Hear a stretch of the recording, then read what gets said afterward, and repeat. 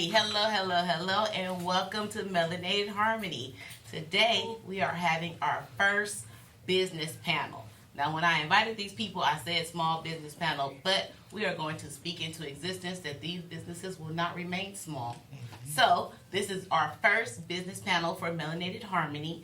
We're going to talk to these wonderful people about their businesses, and we're going to learn a little bit about each other and share with you guys. And hopefully, we'll have these panels every couple months, and hopefully our panel group will grow, and we'll learn how our businesses can grow and how we can support each other. So, first, I would like to start with Ms. Lavette. Could you please start with your candle reading and your intro? Okay, so the candle that I chose is Motivation. I don't know if y'all can see that. Let me move forward, allowing the power of discipline to guide my life, allowing me to focus on my desired goals and pursue them with strength and conviction. That's me right now. That's all me right now. My name is Lavette Grant. I am the owner, founder of LMG Productions, which has Loving My Growth as my coaching business, as well as I have a podcast. So my candle reading, my name is Vernon Lane, and my candle reading is Harmony. Harmony now radiates through my mind, body, and emotions. The magical flow now consumes my entire being. I am calm, relaxed, and at peace. Once again, my name is Vernon Lane. I am an entrepreneur with everything. I own Real Richmond LLC. I am a realtor, and I'm a podcaster, and as well as an artist.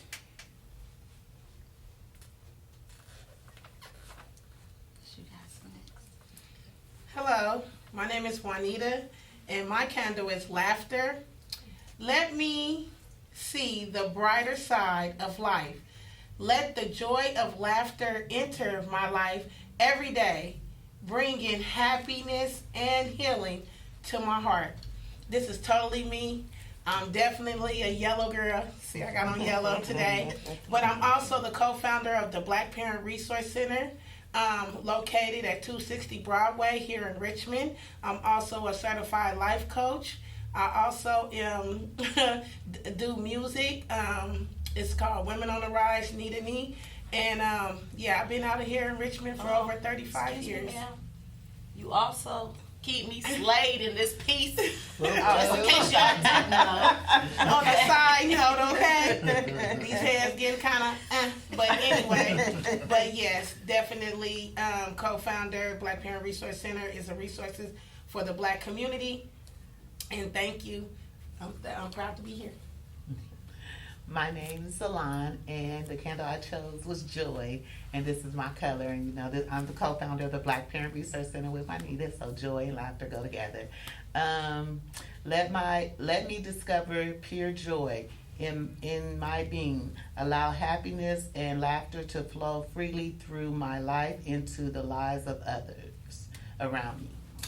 And I am the co-founder, like I said, of the Black Parent Resource Center. I'm a parenting practitioner, and I'm an advocate for Black parents in the West Contra Costa School District and around the world. I advocate for Black children in education. All right. My candle is Manifest a Miracle, and it says, "May I receive intercession from the Spirit to assist me in my time of need. Let me graciously recognize, accept, and appreciate those wondrous gifts received." Hello, my name is Patrick Mitchell Jr. I am the CEO of Shot Clock Studios, LLC, which is an event space in Oakland, California. I'm born and raised from Richmond, and I'm a rep it till I die. Hey. Oh, I got a candle too, y'all. Y'all know I can't see. Okay, I chose Compassion today. May kindness emanate from my being through all my actions. Allow me to let go, forgive, and forget, and forge ahead with a rekindled spirit. I'm gonna have to work on that because a few people upset me today. But that's okay, y'all. I'm gonna have some compassion for those who There need you it go. the most. Yes. There you go. Yes, most definitely. Okay, what do? I am Sincere, founder of Melanated Harmony. We have the podcast, the Facebook groups. We're selling the LED backpacks and masks. We're running around giving out toiletries, clothing. What we got? Blankets, food, some of everything for low income and no income families, and helping and supporting all of the wonderful people that are a part of our beautiful OCAR and Dartmouth Network. All right. Okay, so we're gonna jump into the show. Y'all ready? Yeah. Yes. Y'all ready? Okay, question number 1. What inspired you to start your business? We're gonna start with you. Okay. Inspiration. I want to say that I have been an entrepreneur at heart for the longest. I done did Avon, I done did Princess House, I done did home interiors, trying to find myself all through my 20s on how to become an entrepreneur. But now in my 40s, just turned 49 yesterday. Hey, Now in my 40s, I'm like, okay, I want to help. I've worked with people all my life in trying to find space for them. And it's like, okay, I could do this. I'm certified life business group coach. And I'm trying to bring it with the mental health awareness. All right. Well, for me, I pretty much, half of my family been entrepreneurs. A lot of them entrepreneurs in other kind of ways too, street entrepreneurs. And the other half has always, worked. And my auntie kind of brought this to light one time with a conversation we had. She was like, you have a family full of entrepreneurs, like you need to, she was like, that's something that I feel is a good fit for you. So I had a situation, I was always, with my music career, doing my thing. I always try to bring a lot of people with me. And then an opportunity that was missed, I said, you know what? I'm going to use this opportunity and not, make this as a loss. I'm going to go into business for myself and start my own business. And that's how Real Richmond was founded. And I just started, selling merch, shirts, everything, going to events. And then, I jumped pretty much head first into business and just started figuring everything out as I went. And so I found out that there's a lot of other ways that I can incorporate my business and spread it. So that's when I got into real estate. And then, which I'm still in the process of incorporating my business in, real estate together as well. Just a whole lot. So, yeah. Ladies. Okay, so what inspired me to start the Black Parent Resource Center was that my son had got into some trouble, and I had to, fight for him. He had his first fight ever in his life, and what they did was, and he was an honor roll student at the time, and what they did was, and actually the fight was at Nickel Park and not at the school, but they tried to kick him out the district. They put him on ankle monitor for 90 days. They gave him anger management. I had to go to court, all because his first fight ever in his life, and he was at the age of 14. Mm-hmm. So I was like, okay, during that time, I also was part of the LCAP, the Local Control Accountability Plan, which is the money that's given to the district for our children. But on the LCAP, they didn't have anything for Black children. So I was the first to bring data to the district and be like, hey, we need resources for our Black children. Knowing that my son just went through what he went through. And just to say that he did graduate last year with a bachelor's degree in business administration and marketing. So through all of those things, I was trying to get a multicultural parent center through the district, but they didn't work with me. So when my sister here came to me, she was like, "Why don't we do something?" And I thought about the Multicultural Parent Center, but I was like, she was like, "You know what? I don't care what it is, as long as it's black." I was like, "I'm with you." We gotta start with us. Right. So she didn't care what it was, as long as it had black in it, we was good. So pretty much that whole situation, and I've been in education over 25 years. So for me, it was like, no.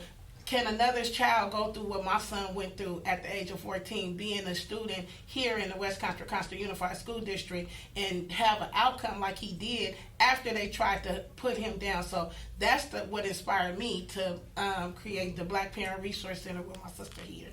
And she can tell you a little bit more what inspired her. My name's Lana, I told y'all. So what inspired me was a couple of things. I have 8 kids, and I had 4 by the time I was 20, and I'm from East Oakland. And growing up and raising my kids, because I had them, I had my first one at 14, I had 4 by the time I was 20.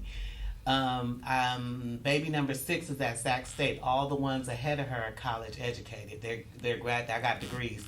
And I didn't do that by luck. I found a way to do that, and God has given me a gift to do that. So when I came to Richmond, I noticed that the black kids wasn't being educated. Not that Oakland was educating, don't get it twisted. I'm just saying that in Richmond, my oldest son got shot. So he didn't get shot in Richmond, he got shot in Sacramento. But during that time he got shot, and I was living in Richmond.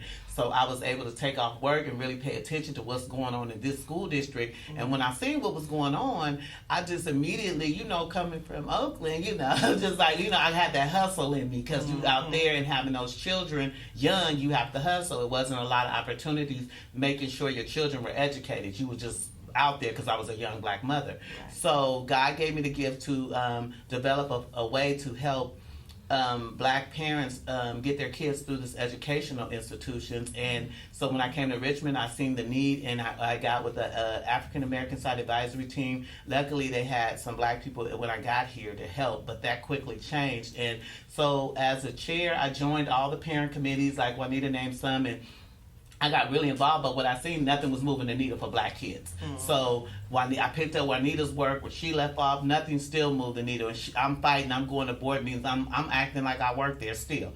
And I seen nothing moving the needle, so I got with some black educators in the district, and we wrote a resolution for black kids in the West Contra Costa School District with a $7.2 million allocation. Still. That was on Martin Luther King's birthday in 2019, and still today we don't have anything. So the center was started because we're tired of asking. We're demanding now that our kids be educated like all other kids. We want a seat at the table. We don't want to be left out anymore. So that's what inspired us to start the center. All right. Man, that was fire. I don't know. Right? What inspired me, honestly, was having a child. And I'm not going to take anything away if I would have had a daughter, but I think God gave me a son for a reason. I owed it to him to be the man I was supposed to be, when in fact I was raised by both a man and a woman in the same house, both married still to this day. My father's a preacher, worked for PG&E. He got up every morning at 4 a.m. So if I saw that in my lifetime, I just wouldn't be blessing my son for him to see anything different. And so I just told myself, we're going to go hard. I mean, you only get one life. And so the inspiration was not only my son, but having my beautiful wife behind me, who encouraged me to take every step forward. And, also looking at my dad, like I told y'all, worked real hard for the white man, And me personally, I knew I wanted to work hard like him, but I wasn't going to slave for nobody. So I got introduced to a startup called Neighborly, and they were doing events. The crazy thing is when you a PK, and you're in the youth department, that's what we do. We do a bunch of events. So if I've been running events since I was 7 years old, I can definitely do this. And so I told myself, about 3 years ago, I told my fiance, I told my son, I'm never about to work for anybody except myself. And so now that's what we do. We work for ourselves. My son gets to see that. He gets to see me here. And then he gets to know that, black people, we own something. We coming for ours. Yes. We coming. That's right. That's right. Okay. I'm next. No. I'm not going to say that much because y'all hear about me all the time, but we started Melanated Harmony because if you look out your door in Richmond, you see poverty everywhere you look, and it's depressing.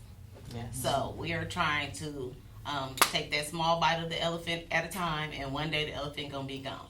So we're gonna do it together and keep on pushing as a group, and that's why we're doing things like the business panel, and we're gonna have other panels that discuss other topics and bring in our community, and we're going to put the spotlight on all the beautiful things that people who look like us can do. Okay, next question. How does social media factor into your business? Me? Not really. I'm not only a small business owner operator, I do work for local government. So I have a 9 to 6:30 Monday through Friday. And that's how I fund my business. So I really don't have a lot of time to be on social media. I can get on there every now and again and I may share something, but it doesn't. I don't want to rely on social media either to gain my customers.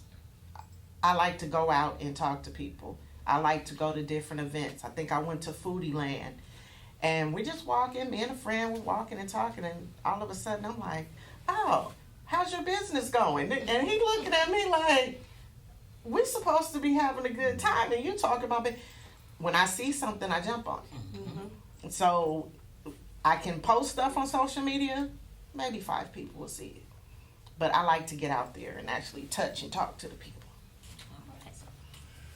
So for me, social media, I get 80% of my business from social media. So it's for what I do, it's very important, because especially if you're an artist or you got something like merch, or even as a realtor, social media has taken over all of those sectors, by far. So me personally, is it something, even though I guess a lot of people don't see me this way, but I am more of like the shy type. So they, it's like, dang, I gotta get on social media, do all this, and I gotta showcase my lifestyle, do this, do that. It's like, I don't want to do it. Like, I just do it. Like, I try to live in the moment.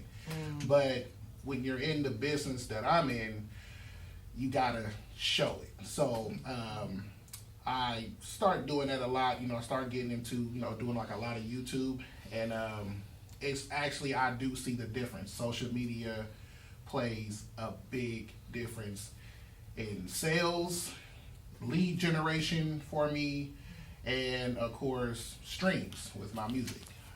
So I urge everybody to figure out a way that you can implement social media some kind of way into your business. And you got to understand, you can't do everything on your own. If you feel like social media isn't like your strong suit, then you got to find a way where you can delegate it to others, and maybe have somebody else take that portion off your plate, so that way you're still getting done what needs to get done, especially with today's society, because everything is social media. Okay. Well, for me, in my music career, I know it was so important, with my videos and things like that.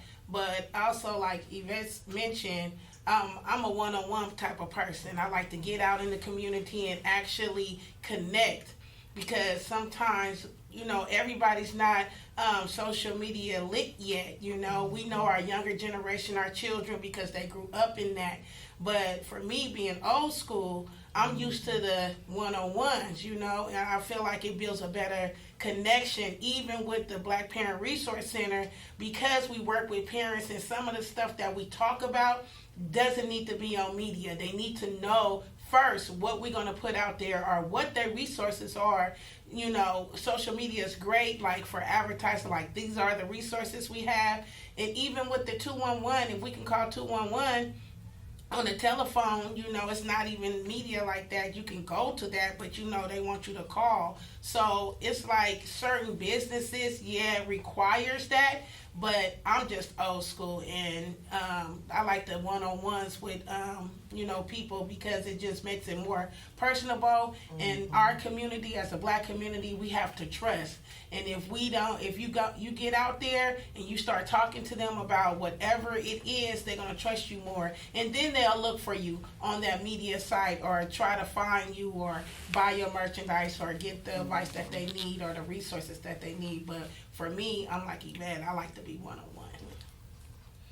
Well, I think that is because of the pandemic. I think a lot of things have shifted. I love the in person. I cannot stand a computer or a phone. It's just like I like to feel you, touch you, see you, and that's how I learn. And I just feel like you have to go with the wave to get your business done. So like the brother said, if you gotta hire somebody, you're not good at it, which we did. But if you gotta do stuff like that, because it's definitely a needed component, and especially when people are isolated, sometimes that's their only way of getting any type of contact.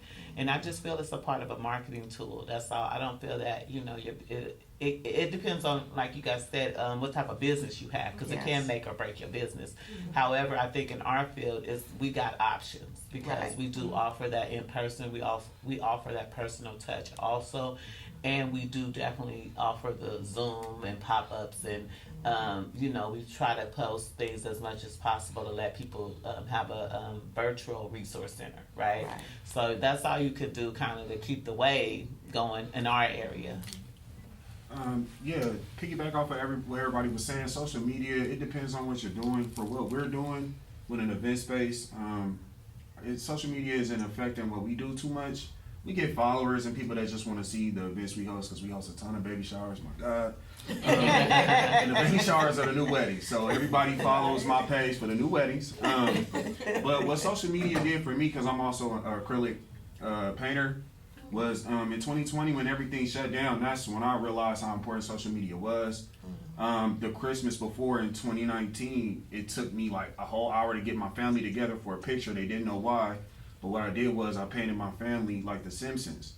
And so literally I posted that the morning of Christmas. It got reposted like 20 times, and then I probably made about $7,000 in 2020 from people all from everywhere just wanting their family painted. And so my art career took off because of social media. And so when you're doing things like that, I hate it too, y'all, right? I hate it. There's this whole algorithm, like it's a whole popularity contest. I get it, I've been a part of that, but when you are the brand, you gotta keep playing with it. It's like, my dad used to tell me all the time, get off your phone, stay off the video games, but now he see how important it was that I was on my phone and in a video game. So, to each his own, but social media is definitely important, but don't let it become your devil. That's true. So, I would just say that. Use it for what it's supposed to be used for. Yes, very well put. For me, I'm like you, Lavette. I'm on Facebook all day. I Facebook in my sleep. But Instagram, TikTok, and wherever else y'all got out there, that's not really me. So when y'all see beautiful things posted on my Instagram, that is not me. That is my sister.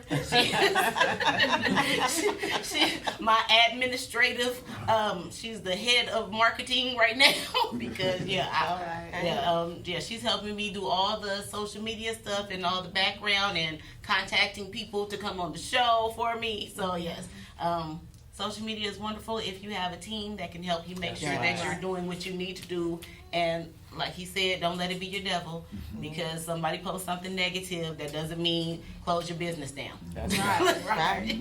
That just means go that much harder to put it in their face. Right. So, alrighty, let's see. What other ways do you guys network or promote yourselves?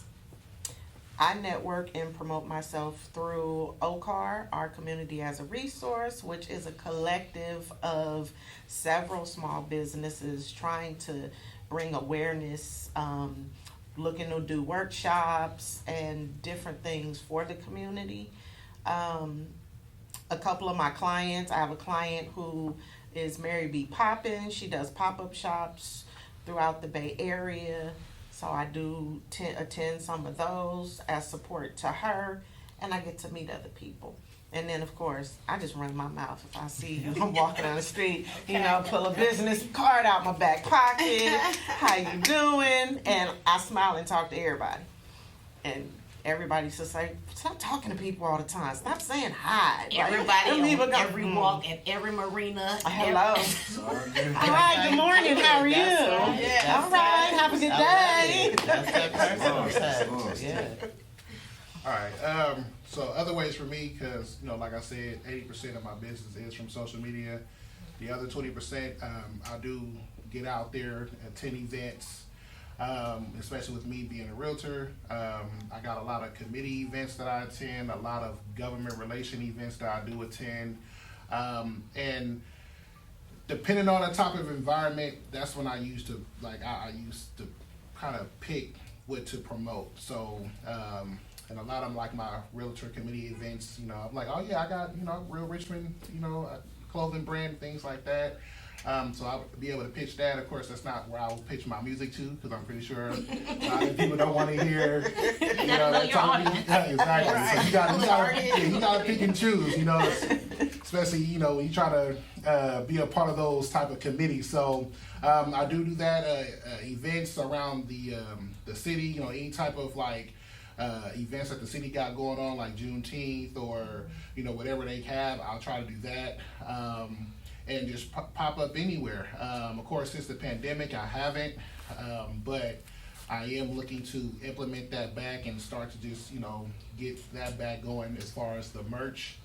But as the music, any type of shows or events that's going on, I do get out there. I try to meet people, shake hands, and things like that, and just pass along the information. That's pretty much it. So just as social media is important, it is also important to at least have some type of, like you guys said, one-on-one interactions with people, and just so that way people could put a face to the business, because that's something that I was, like I said, I was shy, so I'm like, I'm put out Real Richmond, but I don't want people to know it's me, And then it's like, everybody kept on people was like, dang, they're taking my business, like, oh yeah, I own. I'm like, who's you? I'm like, that's impossible, cause I'm the owner, so it's like, now that I start getting out, a lot of people start seeing my face, and like, oh, you're the guy, nice to meet you. So I'm like, okay, I guess I need this. So that's, yeah.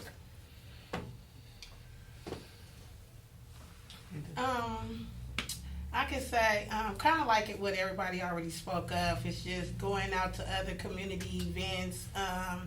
I also throw workshops myself. Also, I use my 20 years plus in education to go to those parents, them children, just my community. I've been in, like I said, in Richmond 35 years, so I built a whole bunch of people, and I just always use the people that I ran into, or I just know. I always go to my old school people just to let them know where I'm at, because whoever supported me in the past, that's who I want to support me now, and continue with the new people that's trying to support. But mainly, it's just, like I said, networking in your community for me. And like Ms. Lavette said, it's just like going to people and opening your mouth, because I used to be like quiet. I'm a female artist in Richmond and stuff, but a lot of people know of me, but I don't be in the front. I always be play the back row, because I don't have to be right there, but people know around me what I do, but I'm just not in the front. So they know me. You say Nita Nee or Juanita, they'll be like, oh, okay, I know her, like that, but I just don't put myself out there like that, because I keep that one-on-one connections with people. So for me, networking is just with, the community and people you already network with. I think besides social media networking, would be we're gonna be attending a event out in Martinez, out there for the Black prenatal health, and just attending events like that in other areas, and also doing workshop events at our center just one time, just to let people come in. A workshop of interest, we're gonna be doing baby sign and things. So something that would bring a big group in, but they may otherwise not know about us. So doing things that attract people to want to be engaged in the type of work we do? For us, the fact that we have an event space means that we can reach any age, right? Because people gonna host events of any age. So I'm like, y'all, I'm talking to somebody. Like when I'm out and somebody talking, oh, I have this space. Like you looking for a space or whatever it is. I'm not necessarily trying to sell myself, but at least you're gonna know what I do. And yes, I'm black. And then we also use other platforms like Gigster, Splacer, Peerspace. We have so many platforms, so we don't have to necessarily like talk as much about it. The sale is the space, and then when people come to the space, there's one person there that's gonna use the space again, and then the next event. So it just kind of turns in a circle. But yeah, my wife probably get tired of me talking to people, but raised by a preacher, man. I don't know, you That's just, bringing in the just, money. Keep talking. I will be in the space. Right. I'm like, I what know that Mary, space look and like? Mary B. Poppin, she rented from us before. That's when you said Okay, that. okay. I know who you talking about. So, but yeah, we got to get back to that. Everybody's saying that face-to-face contact is missing because that's why it's a lot of just miscommunication in the world right now. Well, count us in. Right. Yeah, We're gonna be absolutely. Right on. Right on. So, question. How many more questions you got? I was just about to say, how are we on time? We want to get to the end? It's 8 more minutes. Okay, I'll skip to the end. How many? Wow. Hold on. I'm going to do the last question, and then everybody's going to recap what their business information is and how people can reach them. But the last question, we ready? Okay. What kind of community service, if any, does your business do? And if you don't already do any, I'm right here. Go ahead. Okay, so Loving My Growth is a part of OCAR, our community as a resource. We are upcoming. We just made a year last year, so we're going on year 2. So we're still young, still trying to figure it out, but we're ready to be out there. We've done table building. We're going to bring that back as a workshop. We did a workshop series last year. It's offered to anybody. It was free. We're just trying to reach the community, bring them in,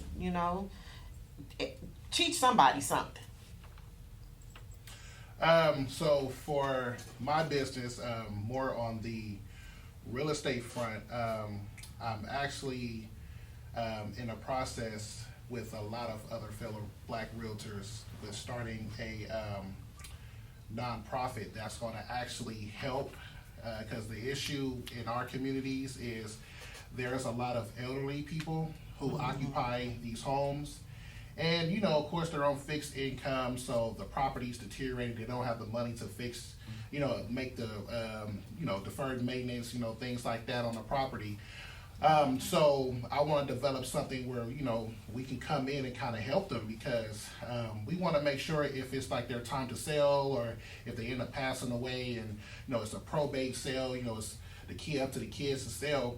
We want to help build that black wealth and maintain that wealth by making sure that the family is going to get basically the exact amount the house is worth. We don't want to sit there and have them get undercut, because there's all this wrong with the house, so we're going to offer you guys $200,000 less. Like, no, we're going to help you guys fix up, make those repairs, so you can get the maximum amount for that house. So that's what I'm looking into do. That's what I see that is a real need in the community, to preserve that black wealth. So yeah. Generational wealth is something we don't know much about in Right, our community right. anymore. We need to bring that back. So Right. yes, brother, yes. Right. All right. Pass it down. So, real quick, I definitely support Melanated Harmony. We also give out every year backpacks and school supplies for the community children.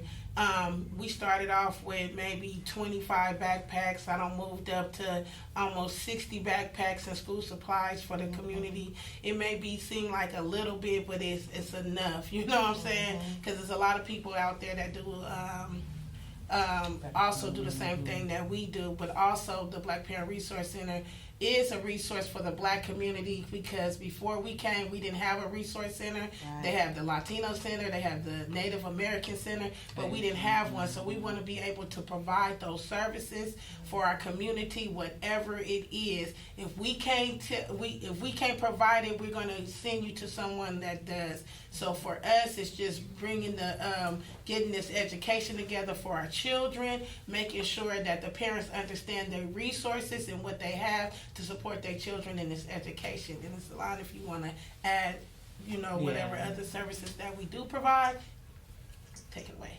Yeah, so adding on to that, we will also we're new babies too. We just made our anniversary in March, but we also will be adding the diaper giveaway, and we're going to be adding resources for the early parents that are just coming into the district. So please reach out to us. You can find us at tbprc.org and find out what we're doing and keep updates on the resources we'll be providing to Black families in the West Contra Costa.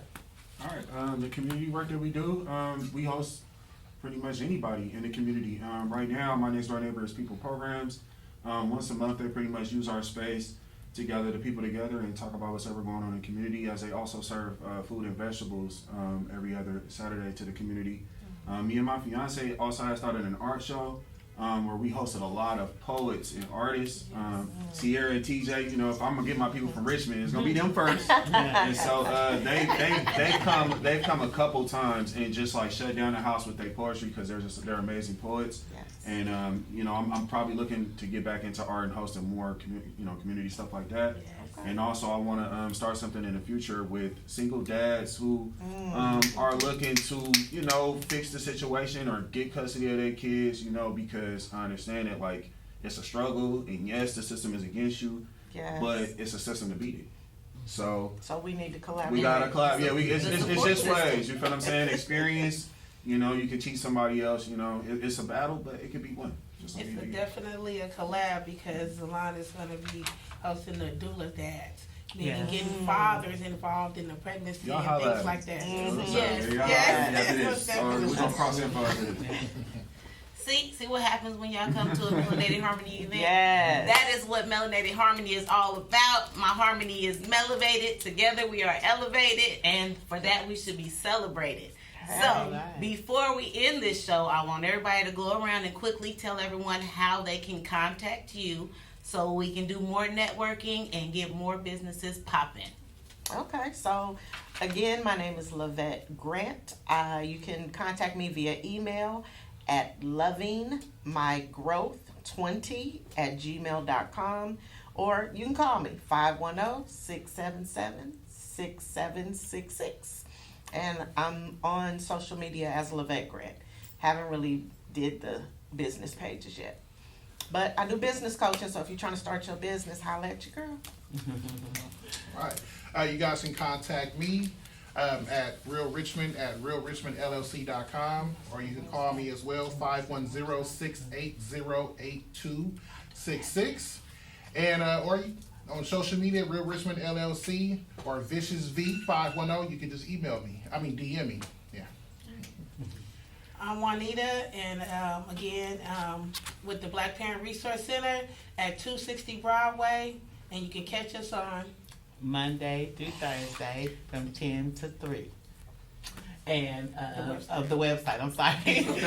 TBP, the website is tbprc.org. Yeah. Yes. Okay. I got me tripping like that.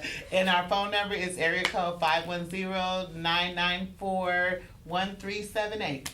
And come check us out. All right, Patrick Mitchell, CEO, ShotClockStudios.com. No www, just ShotClockStudios.com. Instagram at ShotClockStudios_. I'm an artist at Mitchell Patrick 5. If you need photography or makeup, reach out to my fiance, One Mermaid Babe.